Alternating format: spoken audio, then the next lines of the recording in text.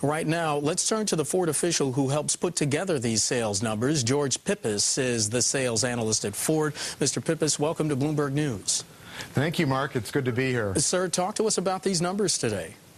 Well, it's certainly a positive sign, not only, I guess, a proof point on Ford's continuing recovery, but also I think it's a proof point that maybe the economy is, getting on more solid ground. I think the situation with regard to the economy is still fragile, but clearly the demand for Ford's fuel-efficient small cars, mid-sized cars, small utilities, that's where the action was.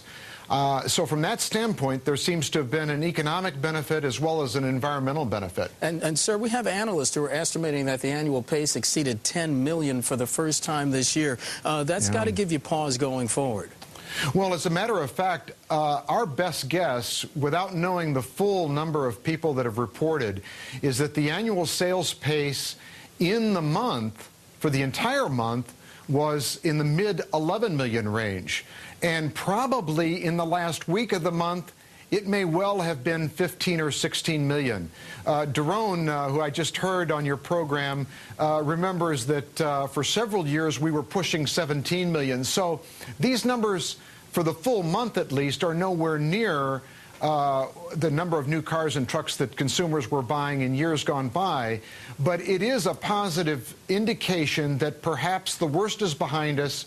And at Ford, we're the first major automotive manufacturer to post a sales increase in 2009, actually since August 2008, and that was before the Lehman collapse and the credit markets tightened up. Hey, George, this is Daron here. Can you tell me if this month's results might create some kind of a momentum going forward for buyers who, not even in the Clunkers program or Clunkers candidates, but perhaps are hearing now that the market is doing well and maybe this gives them permission or more optimism to move forward on the purchase of a new car just on its own? There's no question, Daron, that the consumers are feeling better than they did 6 to 9 months ago. And in fact, I think arguably consumers really didn't know what they were going to confront 6 to 9 months ago. I don't think this program would have been effective as it was 6 to 9 months ago. Now, we know, Daron, from the over 1 million people that visited our website, Let Ford Recycle Your Ride, that 65% had eligible vehicles, 35% did not have eligible vehicles. But the fact that they went to the website, spent an average of 6 minutes on an internet website, which is like a really long time, it's like a decade in real time, that suggests that there are more people interested than just those who have vehicles to recycle. Right. Mr. Pipas. So are we going to, so George, are we going to see production go up, or is Ford going to crank up the factories, U.S. factories, to respond to some of this perhaps new demand and anticipated demand? Well, you know, Daron, I would have been disappointed if you hadn't asked that question. As you know, Ford has increased its second quarter and third quarter production several times over in recent months.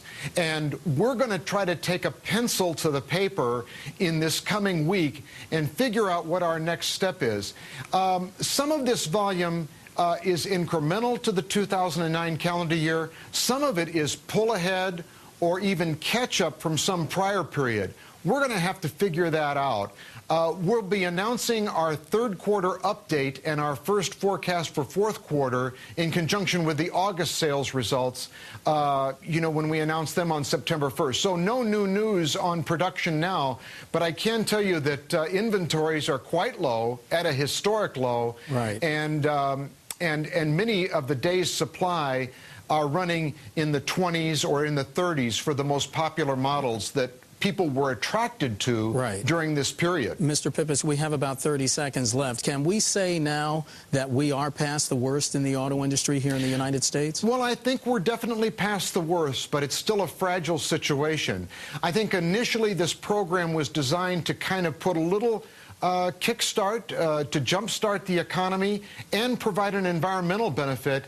Our quick calculation shows that the vehicles in this program probably saved as much as 5 million barrels of fuel annually and saved consumers not only the voucher money, but it also saved consumers $1,500 per year in annual operating costs with the gasoline. So this should have a ripple effect in the economy. George Pipas, sales analyst at Ford, joining us from Dearborn, Michigan, also joined by our editor-at-large, Jerome Levin, from our bureau in Detroit.